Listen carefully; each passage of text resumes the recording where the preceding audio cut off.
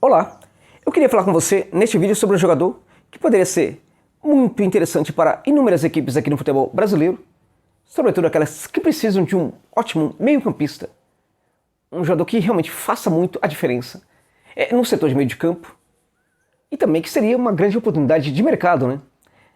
Nesse caso, trata-se de um jogador que tem um certo perfil, né? Não é um jogador barato, evidentemente, mas há uma situação que se configura, né, que faz com que ele seja também, neste momento, uma excelente opção de mercado para as equipes que precisam, sim, de um grande meio-campista. Bom, estou me referindo a Gonçalo El Pity Martínez. Gonçalo Pity Martínez, aquele que jogou no River, aquele que destruiu, né, gente, pelo River, aquele que jogou muita bola pelo River Plate, depois foi para o Atlanta United da Major League Soccer, depois disso foi para o Al Nassr da Arábia Saudita. Estamos falando de um meia de altíssimo relevo.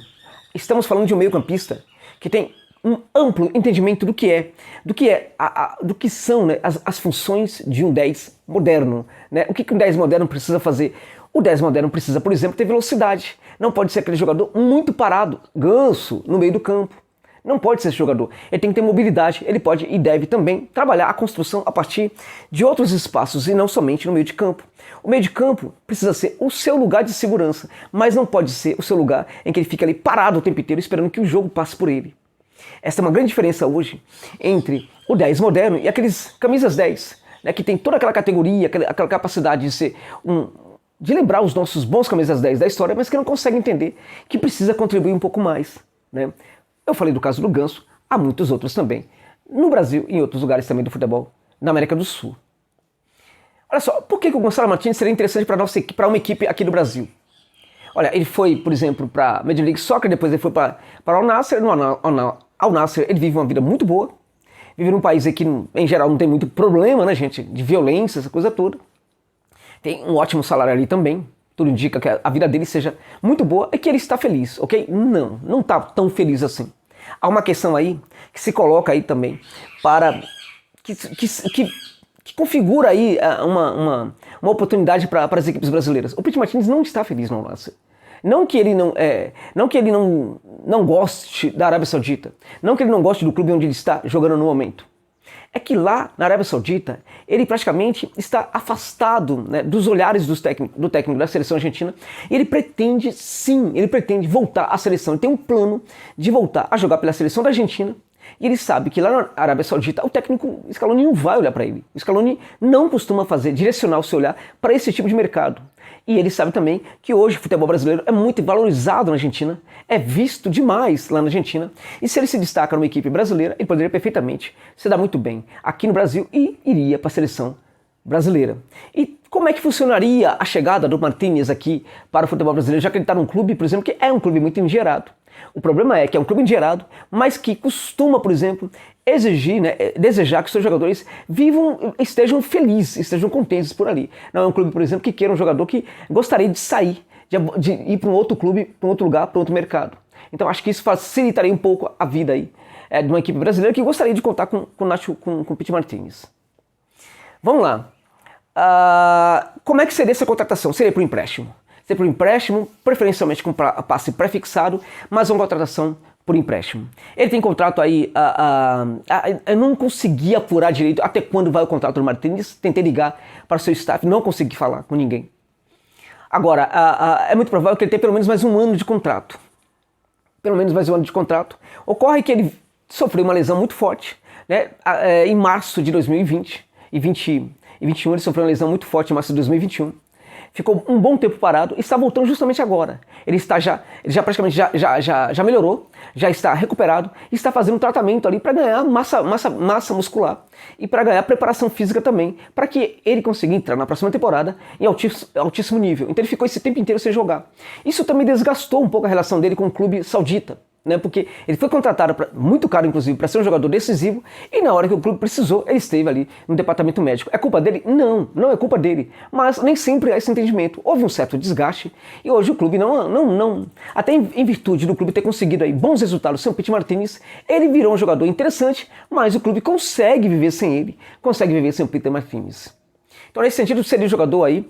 Também isso também configura uma situação de oportunidade para as nossas equipes aqui do futebol do Brasil. Mas quem é o Pity Martinez? E quais equipes ele jogaria? Olha, ele seria um 10 interessante para muitas equipes, como eu disse. Inicialmente para equipes que têm muito dinheiro, como o Atlético Mineiro, né, a equipe do Palmeiras, Flamengo. Flamengo seria excelente no lugar, por exemplo, do Arrascaeta, ou substituindo o Arrascaeta, ou jogando junto com o Arrasca. Também poderia trabalhar no lugar do Everton Ribeiro, poderia trabalhar sobretudo pelo setor esquerdo também, direito ou esquerdo, enfim. No Flamengo também seria esse jogador espetacular. Esse Corinthians que está se montando, contratando grandes jogadores, também acho que o Pity Martinez seria um jogador espetacular. E em muitas outras equipes aí do futebol do Brasil. É claro que o São Paulo não tem dinheiro hoje para buscar uma contratação dessa. Mas se fosse o caso, de repente, né, até daria muito certo também. E como é que joga o Pity Martinez? Vamos lá. No River, onde ele joga demais, onde ele abusa, onde ele, por exemplo... o cara é nojento, gente. O cara tem... Olha, o cara é bom demais. O cara é um tipo de 10 moderno. Aquele tipo de 10, como eu disse, que não fica parado no centro do campo. E lá no River Plate, ele jogava muito também pelo lado.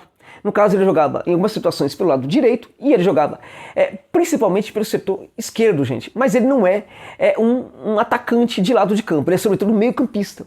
É um meio-campista moderno, como eu disse, que sai do seu lugar de segurança, vai para um lugar, vai para outro e tal, mas preferencialmente o entendimento do jogo dele é a partir do meio de campo. Quando ele é colocado como extremo, na verdade ele não atua propriamente como um extremo, não é jogador, por exemplo, que aprofunda o campo, ele não costuma ir muito à linha de fundo, o Pity Martinez. Pelo contrário, ele busca sempre ali, quando ele chega no último terço do campo ali perto, no entorno da área dos adversários, ele costuma fazer aquele caminho, né? Ele vai para dentro, né? Vai para o centro do campo, buscando uma situação favorável para o arremate, ou então buscando uma situação favorável para o passe, que coloca, meu amigo, o atacante no costado da zaga, de cara para o goleiro.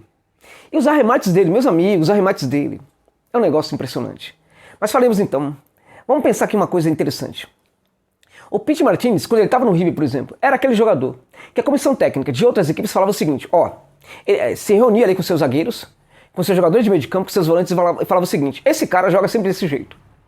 O Pity Martinez vai jogar sempre desse jeito. Ele vai preferencialmente buscar o centro do campo, né, e tentar chutar. Então vocês vão ter que evitar esse tipo de coisa. O Pity Martinez também é um cara que joga pelo lado do campo, vai buscar o centro do campo e vai tentar fazer aquele passe para destruir os nossos sonhos. Então vamos tomar cuidado com isso, vamos. Você entendeu? Entendi. Você é atrás, entendeu? Entendi também. Você, volante, pega tudo, quebra tudo, entendeu? Entendi. Todo mundo entendeu? Todo mundo entendeu. Aí vamos pro jogo. No jogo, o Pity Martinez fazia tudo que o técnico falava para os seus zagueiros, que era para evitar. Eles tentavam, mas não conseguia. O que o Pity Martinez fazia. É aquele cara que todo mundo sabe o que ele vai fazer, mas ele faz. Ele consegue fazer. E ele fazia, quando ele arrematava, o arremate dele, gente, aí sim, é por isso que eu falo que ele é nojento. O arremate dele não é forte. É muito colocado. Ele, em geral, de cada 10 bolas que ele chuta pro gol, 9 vão em direção ao gol. 9. Né? E aí não é uma bomba, não é um chute forte, é um chute colocado. É aquele cara que confia que o chute dele vai chegar no ângulo e o goleiro não vai pegar. É por isso que ele é nojento. E consegue, gente. É impressionante. Então, ele fazia aquilo e aí frustrava os sonhos, né? Daquela zagueirada que falava, nós não vamos tomar gol, não vamos tomar gol. E o pior, e era justamente nisso que o técnico batia muito mais, cuidado com o passe dele, que ele vai trabalhar aquele passe complicado. Ele fazia o passe. Fazia o passe e colocava ali o atacante na cara do gol. E aí, meu amigo, já era. Então, é um cara que sabe o que faz, sabe muito bem o que faz, controla muito bem os seus movimentos dentro de campo. É um cara que é difícil, por exemplo, de marcar, porque as pessoas sabem o que eles vão fazer, mas ele faz, porque ele é muito bom. Ele também consegue ser um jogador interessante para quando a equipe trabalha, por exemplo, não somente no jogo mais acelerado, mas quando a sua equipe precisa tramar um pouco ali, né, com a posse de bola, diante de uma defesa mais fechada. Quando aquelas defesas conseguem, estamos conseguindo, nós estamos conseguindo evitar, por exemplo, o River, e no futuro aqui brasileira, né, evitar, por exemplo, que eles consigam fazer gols. Então, os caras estão tentando na posse de bola, não conseguem. Para que serve o Pity Martinez nesse momento? Ele serve, por exemplo, para fazer para contribuir muito, para mudar essa forma de jogo, para qualificar essa trama de troca de passes ali diante de uma defesa fechada, e geralmente ele consegue. Principalmente através das inversões. E as inversões de jogo do Pity Martinez realmente são muito boas. Inversão de jogo é uma grande arma, muito boa, muito eficiente para essas equipes que estão diante de defesas muito cerradas, muito fechadas. A inversão, quando ela é muito bem feita, ela consegue ser uma arma interessante, porque ela quebra um pouco a perspectiva ali da zagueirada. Mas não pode ser qualquer inversão, tem que ser uma inversão muito boa. Não pode ser, por exemplo, uma inversão, né, que faça com que os atacantes recuem muito, né? Voltem muito alguns metros, né? Porque aí você também dá chance para a zagueirada, por exemplo, se recompor. Tem que ser aquela inversão certeira, tem que ser aquela inversão, por exemplo, um espaço um pouco livre, né? Um espaço futuro, né? Em que o jogador vai atacar o espaço, enfim e tal. Então tem que ser muito bem feita essa inversão. Até por isso que muitos jogadores não fazem. Porque às vezes tem medo de executar essa ação, que nem sempre consegue ser das melhores, quando ele não tem tanta habilidade. Pois é, o Pity Martinez consegue fazer isso de forma brilhante. Estamos, portanto, falando de um jogador muito relevante, um jogador que pode se qualificar demais, né, o jogo de uma equipe brasileira. Ele esteve lesionado, teve uma lesão muito forte no joelho no começo do ano. Em março, se recuperou, já está se recuperando fisicamente e acho que ele poderia perfeitamente chegar aí para a equipe brasileira. Tem essa questão com Al Nassr, né, que há um certo desgaste com o jogador em virtude dele não entregar, ficou muito no DM, não entregou aquilo que se esperava dele na Arábia Saudita, o clube conseguiu viver sem ele e há também a vontade dele de voltar para a América do Sul. E também por isso é interessante que uma equipe brasileira que vai disputar Libertadores pense no nome do Pity Martinez. Por quê? Porque há uma expectativa também, há uma especulação do nome do Martinez no River.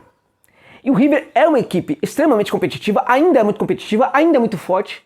E seria interessante para uma equipe brasileira que não deixasse esse River se rearmar novamente, né? O River é uma equipe ainda muito interessante, mas perdeu algo quando perde o Nátio Fernandes. Eu diria que o Pity Martinez seria esse jogador hoje, neste momento, seria a peça que falta nesse River para que essa equipe, né, dirigida ainda pelo Gallardo, volte a ser um grande bicho papão da América do Sul. Então, nesse sentido, seria interessante até para que uma equipe brasileira não reforçasse o River, não esperasse com que o River se fortificasse, que seria interessante que essa equipe fosse buscar o Pity Martinez. Um camisa 10 de altíssimo nível, né, e extremamente moderno, que poderia qualificar demais o jogo da sua equipe do coração.